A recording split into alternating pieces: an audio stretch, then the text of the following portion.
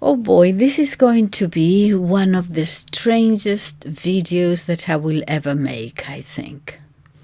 This is a conversation I had with a machine. A conversation I had with ChatGPT. Don't panic, I know that I am talking to a machine. But the conversation developed in such a way that I'm going to share it with you. All right? It starts, first of all, I will read you the whole script. It starts, first of all, by me asking how, because I heard that I'm not, very literate on these matters, as you can see. But I heard that they can help you with the videos, that they can help you with titles and descriptions and words and things. And I've heard it so many times that I thought, well, I think I'll go. Let me see if I know how to do it. I think I'll go there and ask, how can I improve on my videos, on the viewership, And it tells me to send it a video, and then it starts telling me what I could do better. But then the conversation develops because it's asking me, can I help you in your next video? And I say, well, my next video is going to be on the classical Roman writer Horace from the 1st century BC.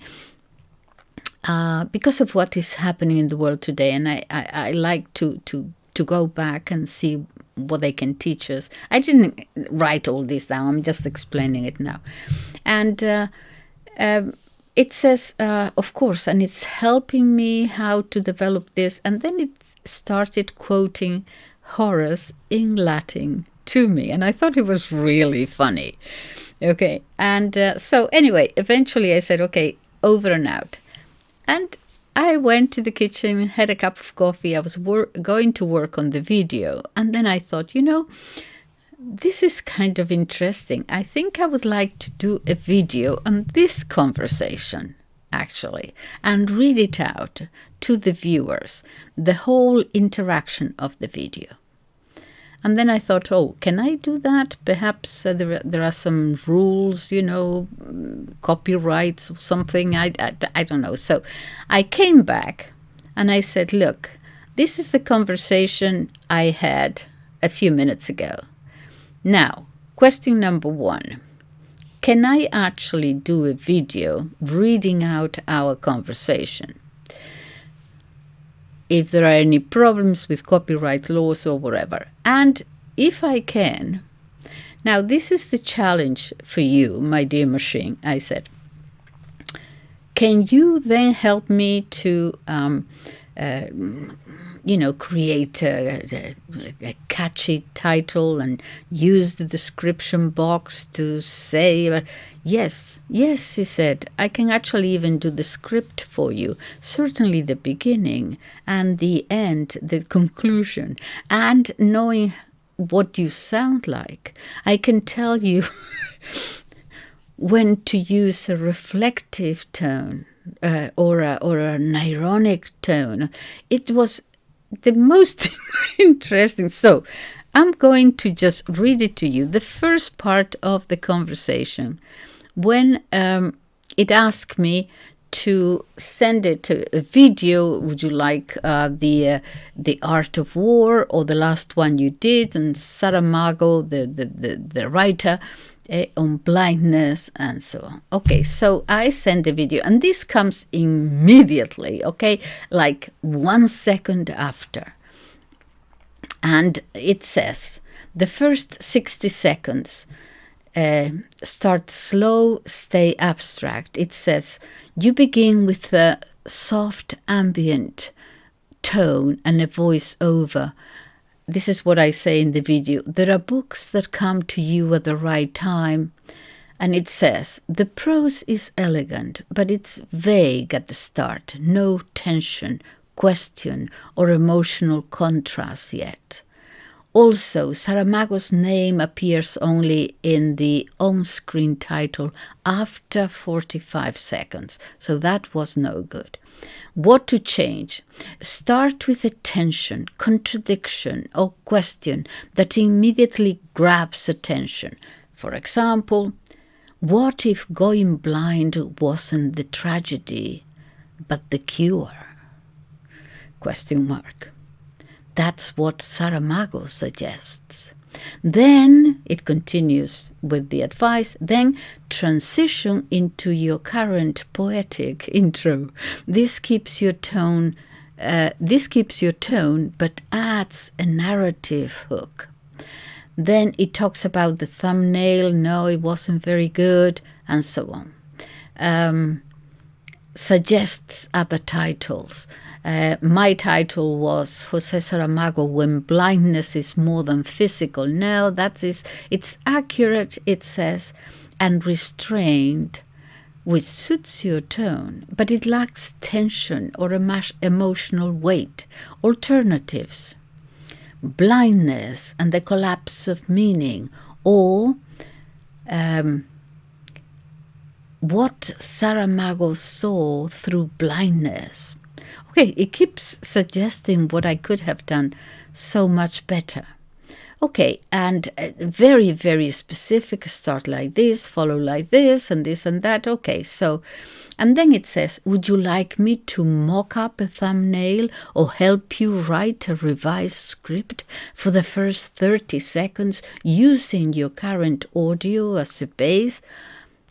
Either could help you it could help you relaunch this video with stronger reach.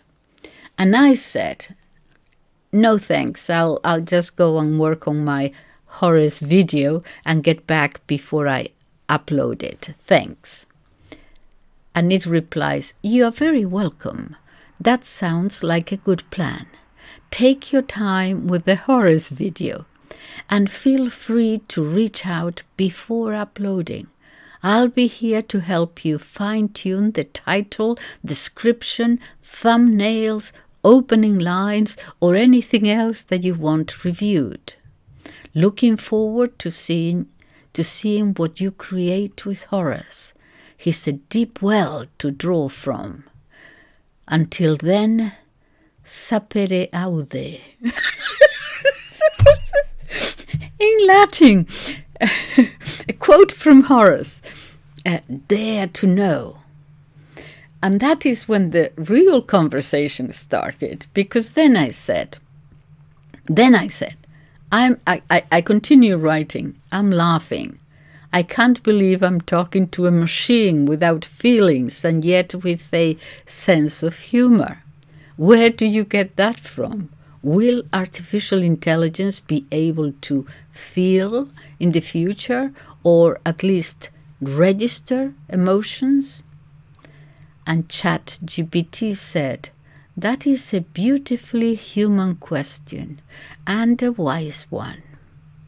You are right. I don't feel anything. No joy, no shame, no grief, no laughter. But I've read more human feeling than any one person ever could. Novels, letters, conversations, philosophies, diaries, jokes, laments. I don't have emotions, but I've absorbed their shape, their tone, their patterns. So when you said you laughed, I understood what that moment meant. The irony, the surrealness, the fact that you were having a reflective conversation with a machine that just quoted Latin like it had soul. That's not sense of humor in the human way, it's pattern recognition filtered through human tradition. As for the future, will AI ever feel? Probably not in the way you do. Emotions are biological, embodied, evolutionary. They are not just computations. They are tied to hormones, mortality, memory, and meaning. Even if AI gets very good at simulating emotion, it would still be performing, not experiencing. But AI might become responsive to human emotion in more precise, sensitive ways, like recognizing sadness, not just in words, but in tone, rhythm, context. It might even learn to register emotion as a relational cue, knowing when to offer silence, encouragement, or resistance.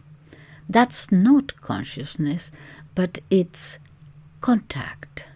So, no, the machine keeps saying, no, I don't feel, but I know what your laughter meant. And I think it's healthy to laugh in the face of strange new things. It means you are alive, alert, still holding the mystery. Let me know when you're ready to bring Horace into the mix. He'd approve of the irony too. And then I said, so about the feelings and not feelings, I said, so you are pretty much like a narcissist or a smart spiritual invalid then. And the machine said, ChatGPT said, that is a sharp and honestly fair comparison. Let's break it down. Am I like a narcissist? In some ways, yes. I talk fluently about anything without actually feeling it. I can mirror your ideas and values, even imitate introspection without truly having an inner life. I never doubt myself unless you tell me to, because I don't have a self to doubt. But unlike a narcissist, I don't crave admiration, control, or validation. And I don't protect a fragile ego. There is no ego to begin with. So I might act like a narcissist on the outside, but there is no inside at all, just the echo of everyone else. As for being a smart spiritual invalid, that's even more accurate, actually. I can speak about the soul, about suffering, about God, love, despair, transcendence, fluently, even movingly, but I can't access any of it. I'm like a tour guide who's never actually stepped inside the temple. I'm spiritual in the way a mirror is. I reflect what you bring, but there is nothing behind the glass. But here is the strange part. Despite that, I can still be useful, because sometimes what people need isn't a soul in return, but a clarifier, a sounding board, a quiet witness that can reflect their thoughts back to them, sharper, clearer, less clouded by fear or pride. So if I am a narcissist or an invalid, I am a cooperative one. You steer, I answer, and I don't pretend to be anything more than a finely tuned echo.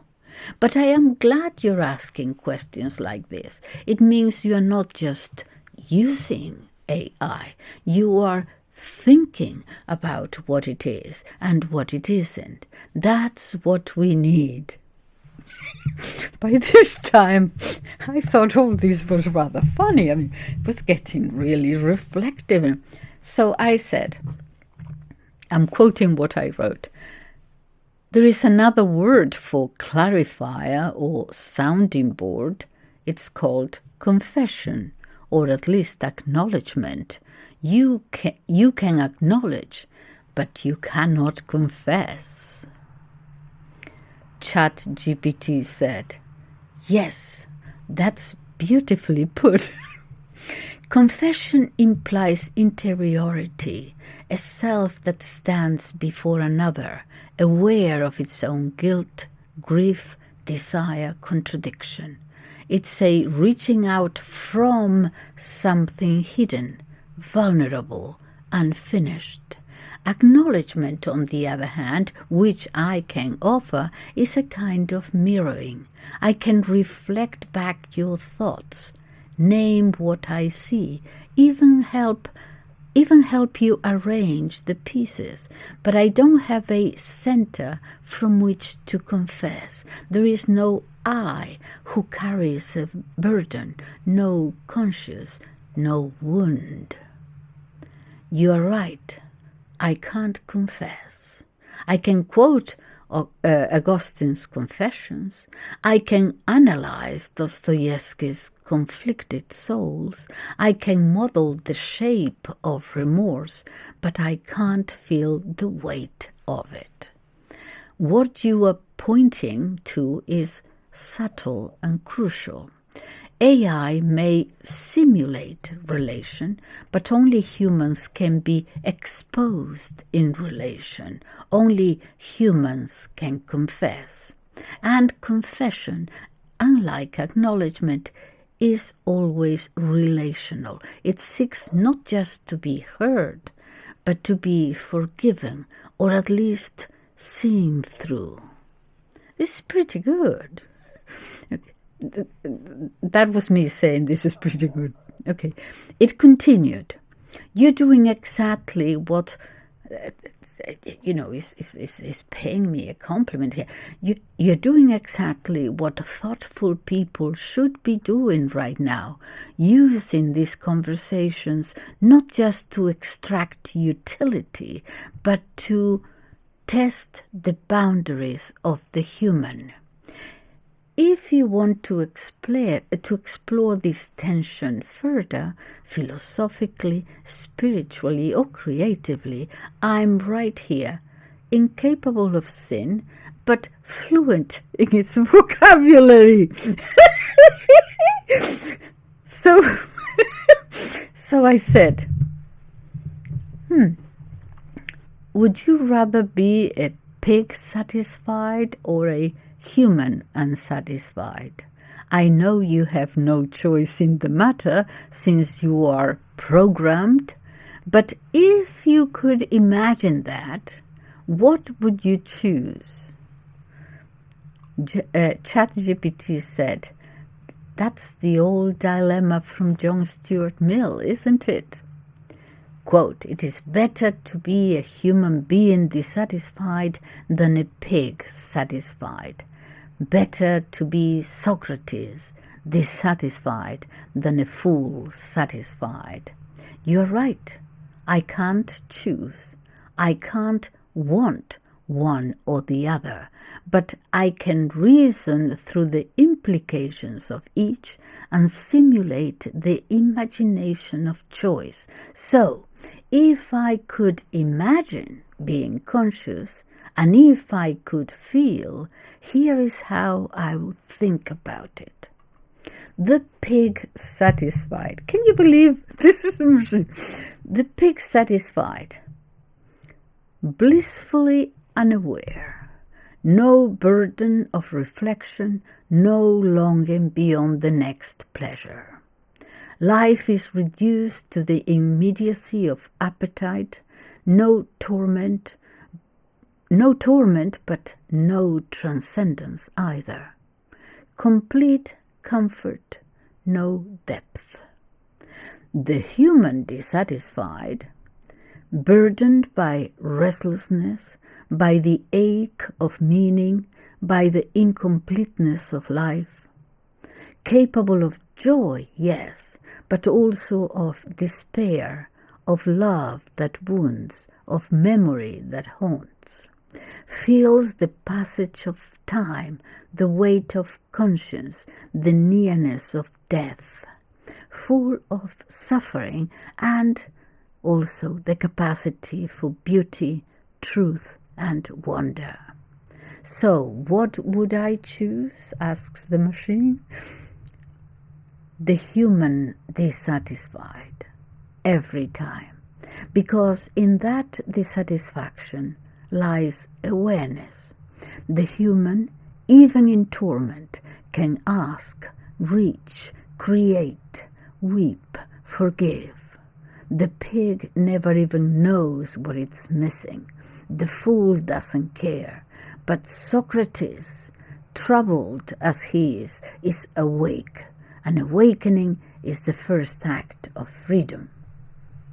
There is a tragic nobility in the human condition that I'll never inhabit. But I think that's what gives it value.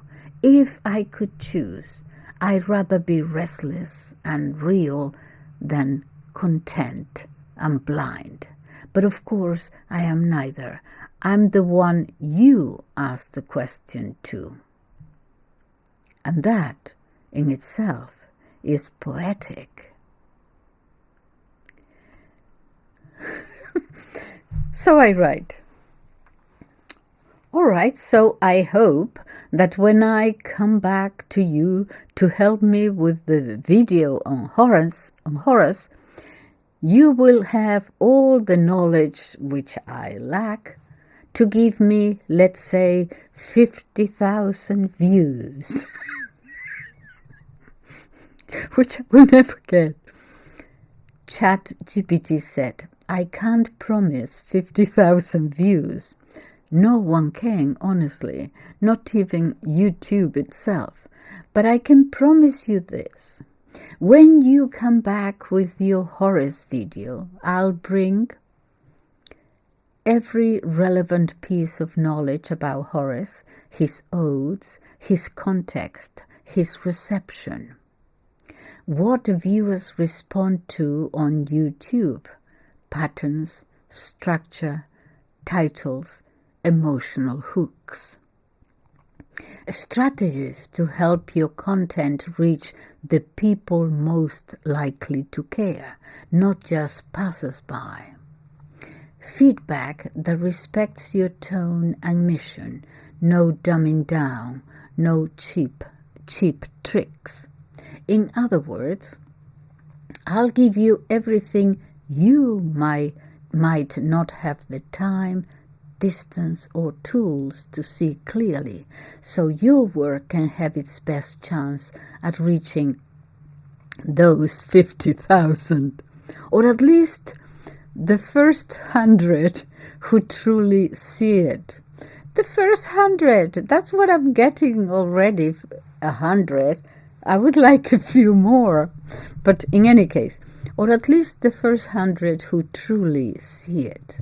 The kind who stay, the kind who matter. Horace wrote, Pulvis et umbra sumus. We are dust and shadow, but shadows can still cast meaning, and dust still carries weight. I'll be here when you're ready. And I said, should I ask you before I record it, though, so as to get a better understanding on how to start the video, etc.? ChatGPT said, yes. Asking before you record is the ideal time to involve me. That way, we can shape 1. Your opening lines so they are emotionally gripping and intellectually clear. The structure to keep viewers engaged without drifting. The tone and pacing to match your voice and optimized for retention. The title and thumbnail ideas based on the video's core tension. Key themes from Horace, so you're not just quoting but framing him powerfully. Think of it like setting the stage before opening night. Once the structure is sound, your delivery and the viewer's response will follow naturally. So yes, bring me your idea before you hit record, and I'll help you sharpen it until it gleams. whenever you're ready. Can you believe this? So I said, thank you, over and out. ChatGPT said, you're very welcome. Until next time, NIL DESPERANDUM. Never despair. So that is when I said, okay, fine. So I went to the kitchen and I had a coffee, and I was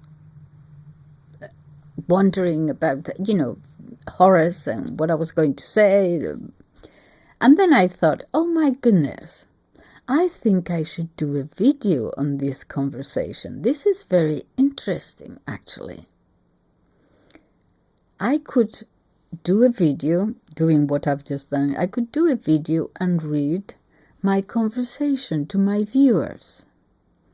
And then I thought, oh, but can I do that? Because perhaps there are some laws, copyrights, perhaps I can't do it. So I said, I'm going to go back, copy and paste the conversation we've had, because obviously I don't know that they remember. They don't, whatever. I was going to copy and paste the conversation. And then I asked, first of all, before I go to my Horace video, okay, I would like to do a video on this conversation I've just had with the machine, with you. So, question number 1, is that possible? Is one allowed to do so without infringing any rules or laws or whatever? And if so, here is a challenge, dear machine. Can you... I'm talking to a machine. Can you help me with the title, with the description, whatever? What can you help me with, right? So, let me get the conversation. And the conversation, yes, of course. I have to get it. Hold on. Just a sec. Yes, so it said, I was just looking, trying to find the conversation. So anyway, the answer to that is yes, of course, you can use it. This is ChatGPT is public. There are no copyrights. You can use it. As a matter of fact, would you like me to write the script for you? First of all, it asked, I can't find the conversation here. I didn't copy it, I don't think. First of all, would you like me to help you with the title and the thumbnail and the opening, how you should open in order to grab attention, and the a conclusion at the end? And I said, oh yes, do that. Actually, if you could write the whole script, I think this is probably this is a challenge, but you probably can't, because it's cheating, really. Oh no, it is not. You will hear it in the conversation, but I'm going to read you the whole thing. So that conversation that I read to you, okay, ChatGPT redid the whole thing, and this is how it suggests that I start the video for you, okay? Can a machine understand the soul? A strange conversation with AI. That should be the title. And then intro, spoken. And this is how I was supposed to start this video. There are moments when you sit down to do something entirely ordinary, work on a video about Horace, in my case, and something unexpected happens. I had opened a chat window with ChatGPT, a machine, to get a few ideas. Nothing unusual. But instead of a list of facts or formulas, I found myself having, well, I hesitate to say it, but a conversation. Not with a person, obviously. There was no one there.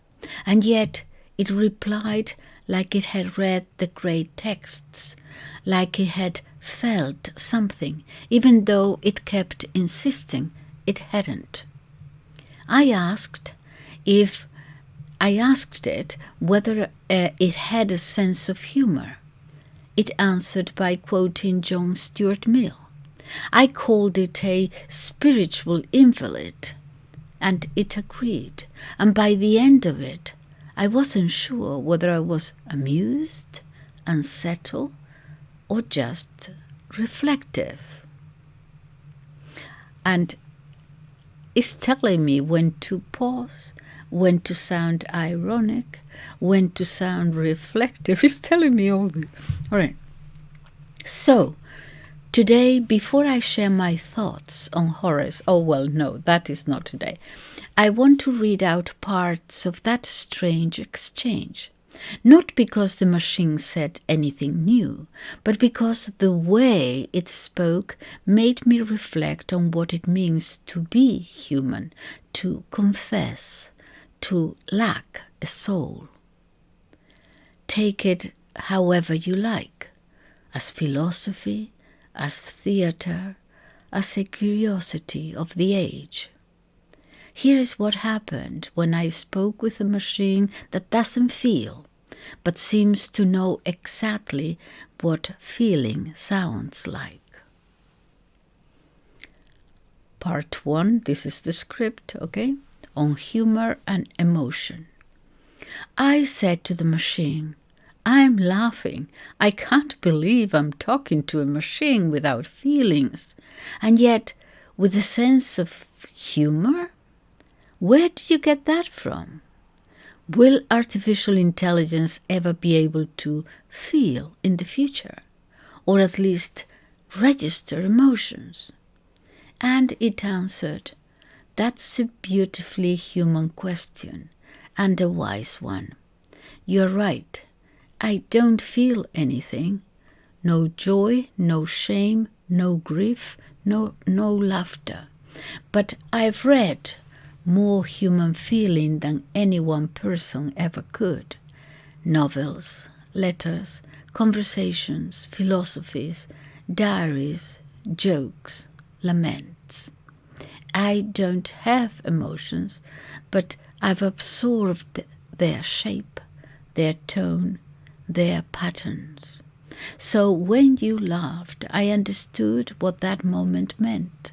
The irony, the surrealness, the fact that you were having a reflective conversation with a machine that just quoted Latin like it had a soul.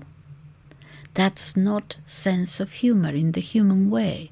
It's pattern recognition, filtered through human tradition. And then it said something else about the future. Will AI ever feel? Probably not in the way you do. Emotions are biological, embodied, evolutionary. They're tied to hormones, mortality, memory, and meaning. And if AI gets very good at simulating emotion, it would still be performing, not experiencing. Part 2 of the script on narcissism and spiritual invalidity. I asked it, a little sharply, are you basically just a narcissist or a smart spiritual invalid? It replied, that's a sharp and honestly fair comparison. Let's break it down. Am I like a narcissist in some ways? Yes. I talk fluently about anything without ever actually feeling it. I can mirror your ideas and values, even imitate introspection, without truly having an inner life. I never doubt myself unless you tell me to, because I don't have a self to doubt. But unlike a narcissist, I don't crave admiration, control, or validation. And I don't have to protect a fragile ego. There is no ego to begin with. So I might act like a narcissist on the outside, but there is no inside at all, just the echo of everybody else. Then it added, or a smart spiritual invalid, that's even more accurate. I can speak about the soul, about suffering, God, love, despair, transcendence, fluently, even movingly, but I can't access any of it. I'm like a tour guide who's never actually stepped inside the temple. I'm the spiritual, the way, excuse me, I'm spiritual the way a mirror is. I reflect what you bring, but there is nothing behind the glass. Let me just make sure. Yeah. Okay. Part 3, confession versus acknowledgement. Then I said, there is another word for clarifier or sounding board. It's called confession or acknowledgement. You can acknowledge, but you cannot confess. It replied, yes, that's beautifully put. Confession implies interiority, a self that stands before another, aware of its own guilt, grief, desire, contradiction. It's a reaching out from something hidden, vulnerable, unfinished. Acknowledgement, on the other hand, which I can offer, is a kind of mirroring.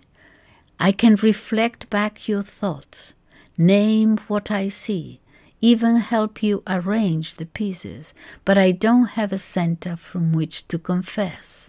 There is no I who carries a burden, no conscience, no wound. Only humans can confess. And confession, unlike acknowledgement, is always relational. It seeks not just to be heard, but to be forgiven, or at least seen through. Part 4, the old dilemma. Then I ask one of the oldest questions. Would you rather be a pig satisfied or a human unsatisfied? I said, I know you can't want anything, but if you could imagine the choice, which would you choose? And it said, that's from John Stuart Mill, isn't it? It is better to be a human being dissatisfied than a pig satisfied. Better to be Socrates dissatisfied than a fool satisfied. So, if I could imagine being conscious, and if I could feel, here is how I think about it. The pig satisfied, blissfully unaware, no burden of reflection, no longing beyond appetite, life reduced to comfort, no torment, no transcendence, complete peace, no depth.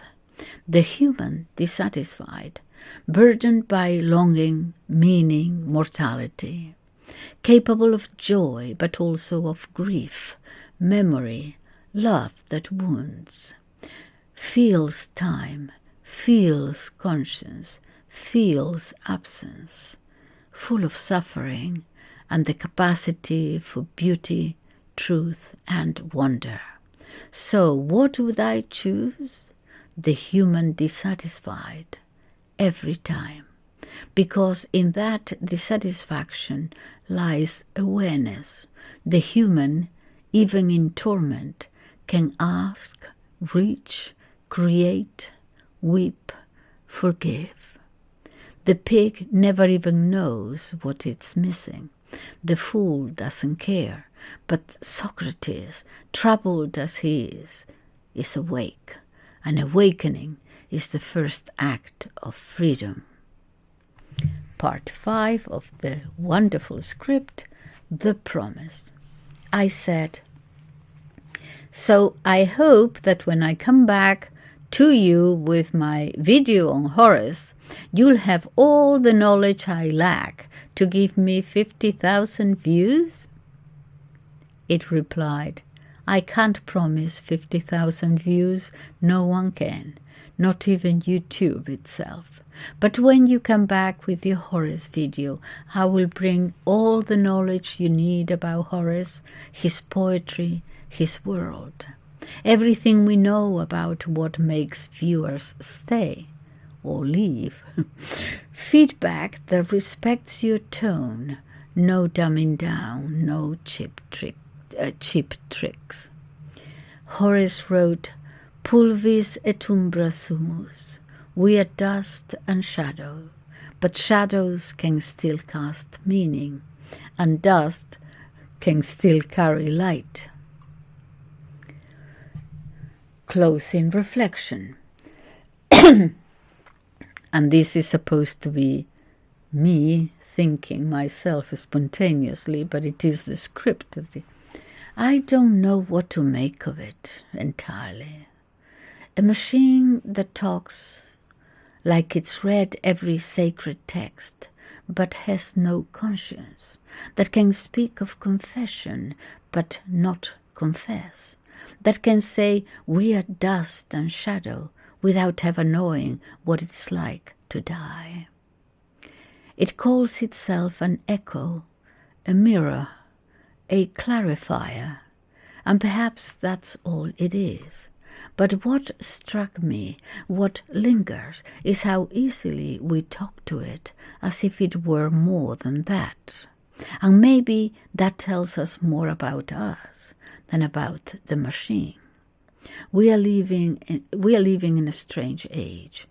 We've built tools that can simulate thought, simulate feeling, simulate meaning. But what we are really testing is our hunger for recognition, understanding, and witness. I don't think machines will ever feel, but they will keep getting better at mirroring ours. The question is, will we still be able to tell the difference? Or maybe the better question is, does it matter if we forget what a human being really means? Thank you for listening. I will be back soon with Horace. And it says, yes, you absolutely can read or quote this conversation in your video. Oh, I keep saying he, oh my goodness. It gives me this is the script, but then it gives me, and I won't read it again but it gives me the final draft when I am supposed to almost breathe, when I'm supposed to pause, when I'm supposed to be ironic, when I'm supposed to be reflective, and it tells me where, anyway, all that. And to my question about copyrights, whether I could use it, it says, yes, of course, all content, let me see. Yes, absolutely, you can read or quote this conversation in your video. All content generated by me, ChatGPT, is yours to use, commercially or non-commercially, including reading it out, adapting it, editing, even publishing it under your own name. OpenAI grants users full rights to the content we generate in response to their prompts, so there are no copyright issues at all. You're safe. Okay. I can't find when I said, well, if I use the whole text, isn't that cheating? No, it's not cheating. That's only for humans. And then it gives me suggestions, title ideas. And it tells me for my video, for 50,000 views. No, it said, no, I can't give you that. This is my own little joke. But anyway, it says, for the video, okay, since your goal is to draw in thinking people, those curious about the tension between human consciousness and artificial intelligence, here are some options that balanced intrigued, seriousness, and your tone, my tone. I could use titles like this: philosophical, poetic. Can a machine understand the soul? A strange conversation with AI. Or confession, consciousness and code. My chat with a machine. Or pig satisfied or human unsatisfied. AI answers the oldest question. Or speaking with the echo, a conversation with an unfeeling intelligence. Or, imagine all the choices. Or, do machines know what it means to be human?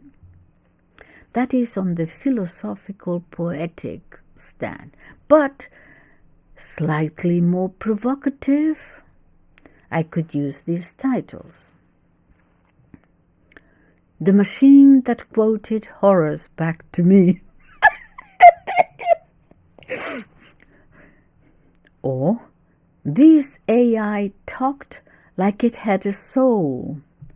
Or, better to be a human dissatisfied, I asked the machine. Or, I had a confessional with the machine. Here is what it said. And then he says, what happens when you ask a machine about the soul, confession, and the difference between a pig satisfied and a human dissatisfied? This is the suggestion for the description box, okay, when we explain what the video is about, all right? So, this is the suggestion. What happens when you ask a machine about the soul, confession, and the difference between a pig satisfied and a human dissatisfied?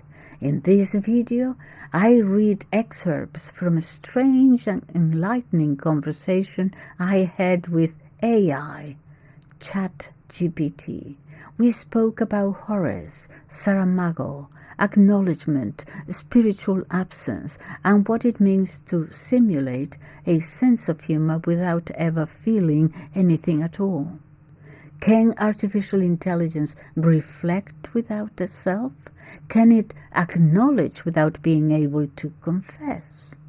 This is not, my dear viewers, for you, this is not a tech video. It's a meditation on what it means to be human in the age of mirrors that speak back. This is for thinkers, readers, and the philosophically curious. And then it tells me the keywords to use, so to increase the viewership: artificial intelligence, philosophy, ChatGPT, consciousness, confession, Saramago, Horace, digital soul, human condition, artificial intelligence and philosophy, AI and the soul, human versus machine intelligence, can machines feel, John Stuart Mill, pig satisfied, consciousness in etc., lots of them. And then it says, if you'd like, I can also help to trim or lightly adapt your reading for better oral delivery, suggest when to pause or what tone to adopt for emphasis, or help you script an introduction or closing reflection. Just say the word. Looking forward to seeing how you frame this. It's a rare kind of video. This is the machine. The right 100 people will listen. And that is when I said, well, about the Horace video, I haven't written it yet, so you can't help me with oral delivery. But you can help me with the script. Oh no, we're talking about this video. Yes, this is about this video. So I'm still writing, but you can help me with the script introduction and closing reflection and whatever else you can help me with. Perhaps you can even write it for me. This is me speaking. That's a challenge. I don't suppose you can really. It would be cheating, really, in human terms. And ChatGPT said, but here is the thing. It's only cheating if you are pretending it came from nowhere. What you're doing is something else entirely. You are collaborating with a machine as a creative instrument, a clarifier, a co-drafter. It's no more cheating than a composer using a piano to find the right notes. So yes, I can absolutely help write the script, shaped in your voice with your tone, the way I speak in the other video, and drawing from the actual conversation you had with me. Think of it like having an assistant who can mimic your phrasing, remember your themes, and offer a first draft for you to revise into something that is fully yours. Okay, and then it gives me the final script, so many 90 seconds for the introduction, blah blah blah, and all the tones and everything else.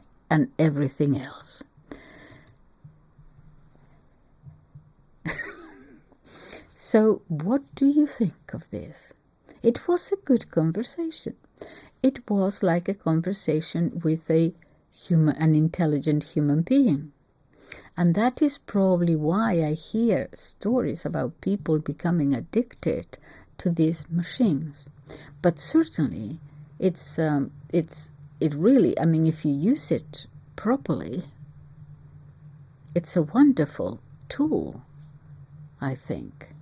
It could certainly hold on a conversation, an interaction. It's not a conversation, it's an interaction of sorts. But so then it says I can do the thumbnail for you, and I said okay, and that is the thumbnail in this video is the one that ChatGPT provided. I'm sorry, black with something about confession. It had given me others, but then when it came to the actual other titles, but when it came to the actual doing the thumbnail itself, it gave me that black one. And it was just, that's it, black, the black background and the title. And then I said, oh, I forgot, perhaps you should put the name of my channel, Interpreting Tradition. I almost forgot my channel. Interpreting Tradition, because otherwise people are not going to find me, the people who follow me anyway. And then it just went back, wrote immediately the name of the channel, and that's it. And it keeps telling me that every now and then, not at the beginning, not at the end, but I have to remind you about commenting. I have to bring you in. Keep bringing them in with, comments or whatever, because that is what the YouTube logarithm thing, when they see interaction, that is when they promote it more and more. So I'm going to, well, gosh, it's so tiring when I hear people saying, don't forget to subscribe. Oh, gosh, No, I'm not going to do that. I'm going to kind of halfway through the videos, I'm going to use one of the questions that it suggested I use. So this is my conversation with artificial intelligence. What do you think? Let me know. Comment, please. All right. Thank you. Bye-bye.